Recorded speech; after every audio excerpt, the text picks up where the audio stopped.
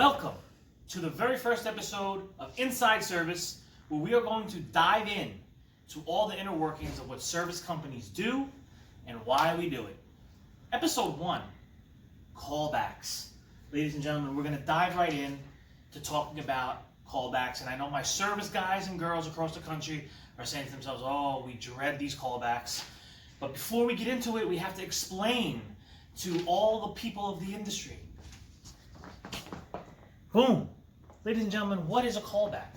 So, it's pretty simple. We're running on service calls every day, okay? Hot, cold, dishwashers, you name it, we're doing it here in Jersey. And we warranty our work. Don't get me wrong, we warranty our work. We have a 180-day industry-leading warranty here as we back our technicians' work. But what might happen is, listen, we're not perfect. So let's just say, for instance, we go and work on an oven, and that oven is repaired. According to us, we leave 1 week, 2 weeks, whatever, later, customer calls and says, the oven's down again. And the first thing out of their mouth usually, I'm not paying for this because you just were here and fixed it.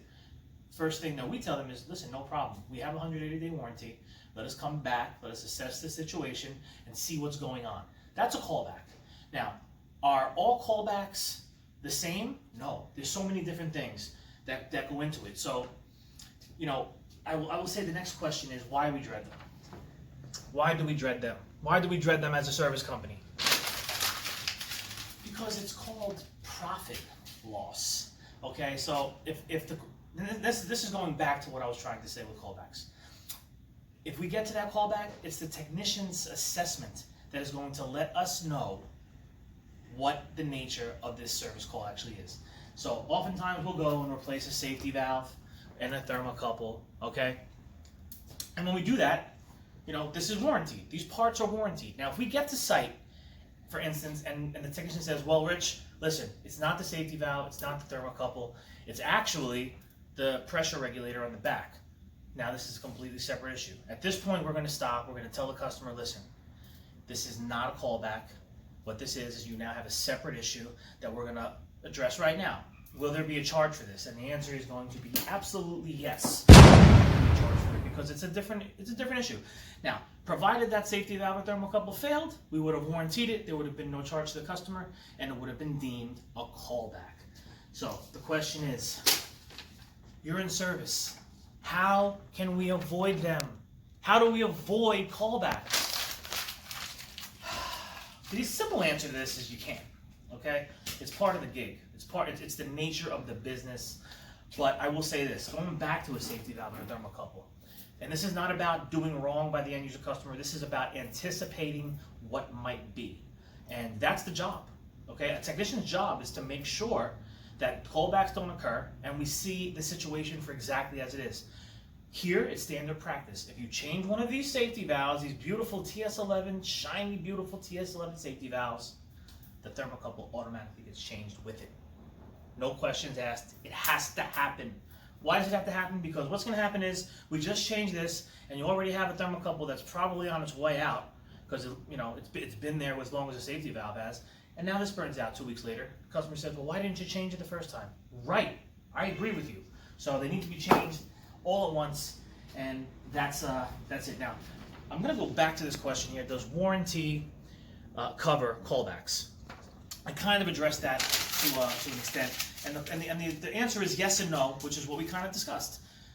Warranty does cover, again, defects to the parts that were installed on the job. If it's something else, warranty is not going to cover a different, separate issue. So the answer is yes and no.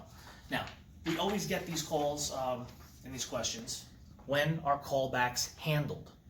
So this is where it can get a little touchy with the customers. We want to do our best, obviously, to make sure that we're taking care of them and they feel good and they know we're doing right by them. When are callbacks handled? We handle callbacks here Monday through Friday during regular business hours. Oftentimes customers will call late Friday night, Saturday, hey, the oven you just fixed went down again. No problem, sir, no problem, man, we'll be back Monday morning for you. A lot of times they don't want to hear that, but you have to understand if it is the same issue, it needs to be handled during regular business hours. Again, we are in business, okay, and that's really a big reason I'm putting together Inside Service. Service companies are in business. Every single thing has a dollar attached to it. Our technicians are making a lot of money. rightfully so. They work hard. There's a lot of things that go into this, from trainings to inventory investments, just so much that go into every call. And for us to, start spending overtime dollars, sending technicians on Saturdays and double times on Sundays, it's just not the way it can be. It has to be handled during regular business hours. If you're a service company, let me know how you handle callbacks. Are they during the week? Are they after hours? I'd love to get feedback on all that stuff. So this is episode 1, Inside Service, callbacks. I said a lot. We're going to be back. We're going to be doing more of these. If you have any topics you want me to tackle, and if you want to be a guest on the show, let me know. Ladies and gentlemen, and Inside Service, episode 1, callbacks. I'm your host, Rich Malachy. I will see you